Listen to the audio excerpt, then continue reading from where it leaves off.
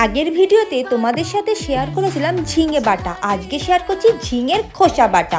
প্রথমে জল বসিয়ে দিয়েছি, নুন দিয়ে দিয়েছি, জলটা গরম হয়ে গেলে ঝিঙের খোসাগুলোকে কেটে দিয়ে দিয়েছি, ভালো করে ভাপিয়ে সেদ্ধ করে নিয়েছি। জল ঝরিয়ে একটা মিক্সি জারের মধ্যে দিয়ে দিয়েছি।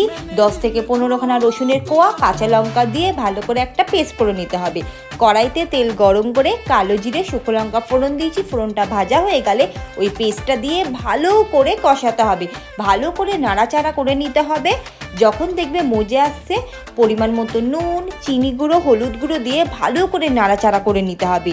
আর যখন দেখবে হয়ে এসেছে, নামানোর আগে কাঁচা সর্ষের তেল দিয়ে হালকা নাড়াচাড়া করলেই তৈরি হয়ে যাবে ঝিঙে খোসা বাটা। গরম ভাতের সাথে কেউ, আমি তোমাদের বলে দিলাম, বারবার বানাবে আর বারবার খেতে ইচ্ছা করবে, এত সুস্বাদু হয় খেতে। রেসিপিটা অবশ্যই বাড়িতে বানিও, আর কেমন হয়েছে কমেন্ট করে কিন্তু একদম জানাতে ভুলো না।